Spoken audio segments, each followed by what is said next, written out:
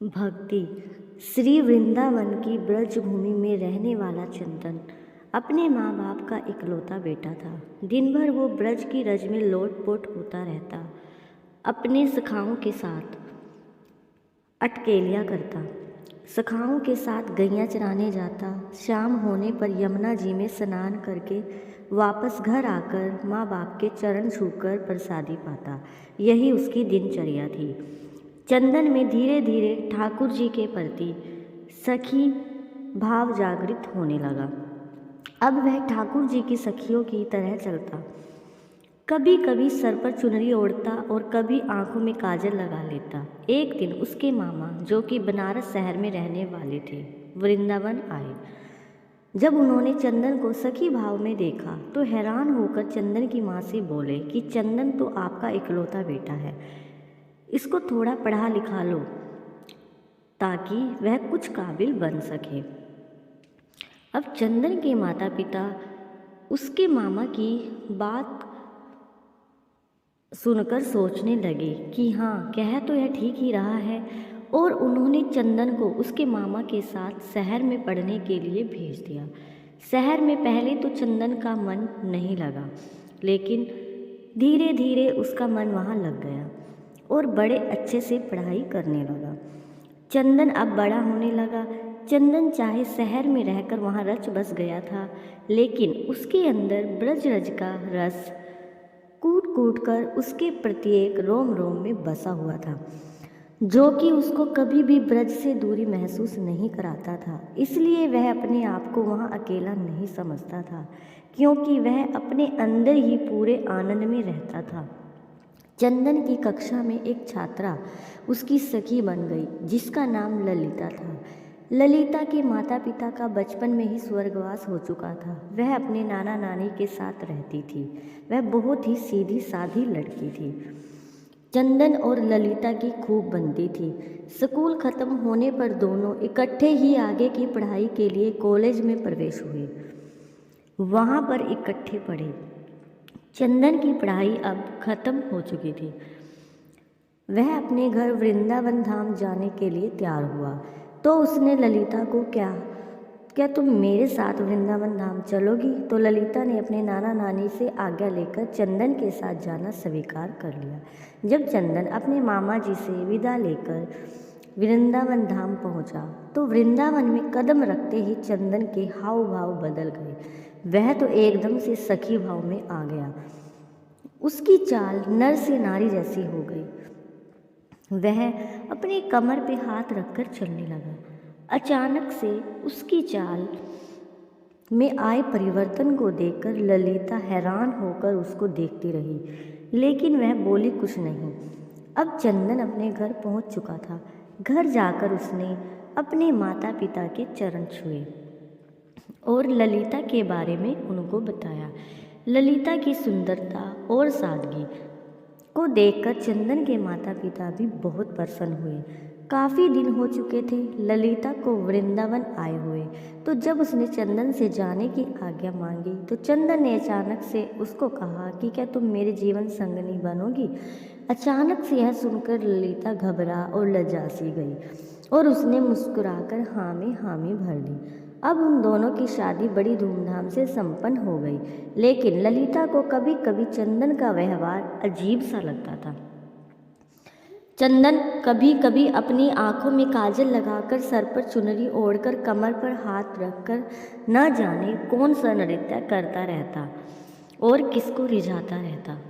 ललिता को यह सब समझ नहीं आता। एक दिन उसने पूछा कि आप कभी कभी ऐसा रूप क्यों धारण कर लेते हो? तो चंदन मुस्कुराकर उसकी तरफ देखने लगा और तभी उसके मन में कुछ निश्चय किया और कहा कि प्रिया, तुम सुबह तैयार हो जाना, मुझे तुम्हें कहीं पर लेकर जाना है। ललिता को कुछ समझ नहीं आया, लेकिन पति की आज्ञा को मानकर वह जल्दी सुबह उठकर तैयार हो गई। चंदन उसको बरसाना धाम ले गया और किशोरी जी के निज महल में जाकर उसने अपने पाँव में घुंघरू बांधकर, आँखों में काजल लगाकर कमर पर चुनरी बांधकर नृत्य करना शुरू कर दिया। ललिता उसको देखकर हैरान हो रही थी कि अचानक से चंदन को क्या हो गया है। वह तो बस अपनी धुन में किशोरी जी के आगे नृत्य करता जा रहा था।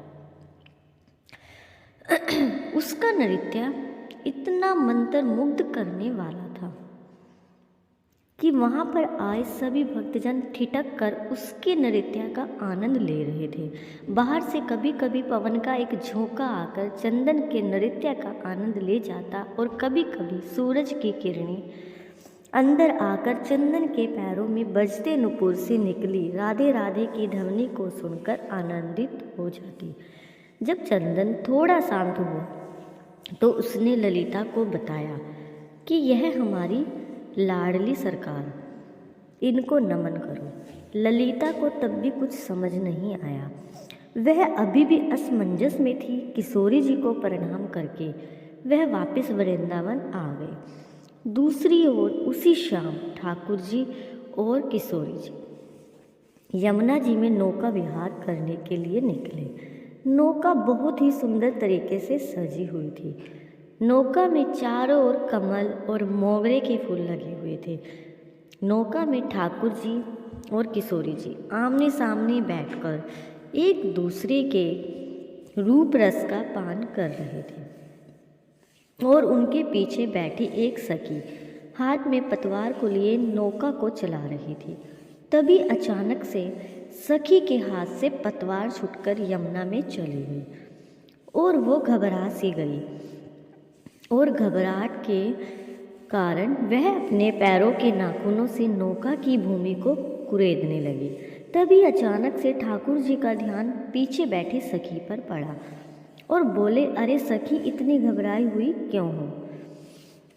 उसने हाथ जोड़कर बड़ी विनम्रता से कहा, कन्हैया, मेरी पतवार यमुना जी में चली गई है। तो ठाकुर जी मुस्कुराकर बोले, इसमें घबराने की क्या बात है? और आंखों ही आंखों में उन्होंने किशोरी जी को कुछ इशारा किया। अब एक तरफ से किशोरी जी ने और दूसरी तरफ से ठाकुर जी ने अपने हाथ को यमुना जी में डाल दिया और वह दोनों अपने दोनों हाथों को पतवार की तरह चलाने लगे। झुकने के कारण किशोरी जी के सिर पर ओढ़ी चुनरी यमुना जी में भीग रही थी और उधर दूसरी तरफ ठाकुर जी का गले में पड़ा पीताम्बर भी यमुना जी में भीग रहा था। हाथों पर पीताम्बर और चुनरी पर लगा इत्र यमुना जी में घुल गया था। ठाकुर जी और किशोरी जी ने अपने हाथों से उस नाव को किनारे पर लगाया। अब अगले दिन ललिता की सास और ससुर चंदन के मामा के यहाँ कुछ काम से चले गए। अब घर में ललिता और चंदन अकेले थे। चंदन सुबह सुबह ही अपने काम पर चला गया और ललिता हाथ में मटकी को लेकर यमुना जी से जल भरकर ले आई। आज घर में कोई नहीं था, इसलिए जब ललिता ने मटकी में से जल को थोड़ा सा पिया तो उसमें इतनी सुंदर इत्र की खुशबू को महसूस करके वह बहुत प्रसन्नता से भर गई। धीरे धीरे उसने उस मटकी में से काफ़ी जल लिया और जब थोड़ा सा जल शेष बचा तो उसका ध्यान मटकी में पड़ा तो वह क्या देखती है कि नौका में बैठकर विहार करते किशोरी जी और लालजू नजर आ रहे थे। ललिता घबराकर दीवार के सहारे टेक लगाकर खड़ी हो गई। उसको कुछ सूझ नहीं रहा था। मटकी से पिया हुआ जल धीरे धीरे अब उसके पूरे शरीर में फैल गया था। उसकी आंखों में न जाने कैसे अश्रु धारा बहने लगी। इतने में चंदन बाहर से आया और अपनी पत्नी की ऐसी दशा देखकर उसने पूछा, प्रिय क्या हुआ? ललिता के मुख से कुछ भी नहीं निकल रहा था, परंतु उसके होठ कुछ कहने के लिए फड़फड़ा रहे थे। सांस जोर जोर से चल रही थी। आंखों की पलकें हिल भी नहीं रही थी। चंदन ने जब उसको झिंझोड़ कर बार बार पूछा तो उसने मटकी की तरफ इशारा किया। चंदन ने जब मटकी की तरफ देखा तो उसको भी मटकी में ठाकुर जी और किशोरी जी की नौका विहार की छवि दिखाई दी। और वह झूम झूम कर नाचने लगी और ललिता को पकड़कर उसने खींचकर जोर से अपने अंग में भींच लिया और कहने लगा, अरे प्रिय, आज तुझे ब्रज ने स्वीकार कर लिया है। आज तुझे मेरे श्यामा जी ने स्वीकार कर लिया है। अब ललिता कुछ समझ नहीं पा रही थी। चंदन की तरफ देखे जा रही थी तो चंदन ने उसको मुस्कुराते हुए कहा कि तुम्हारे कोई पुण्य कर्म थे जो तुझे ब्रज में कदम रखने का सौभाग्य प्राप्त हुआ। लेकिन ब्रज में कदम रखकर तुम्हें सुख प्राप्त हो रहा था, लेकिन उस सुख को आनंद में बदलने के लिए तुझे किशोरी जी की आज्ञा की प्राप्ति जरूरी थी। इसलिए मैं तुझे बरसाना धाम ले गया था ताकि तुझे भी वहाँ पर किशोरी जी का आशीर्वाद प्राप्त हो।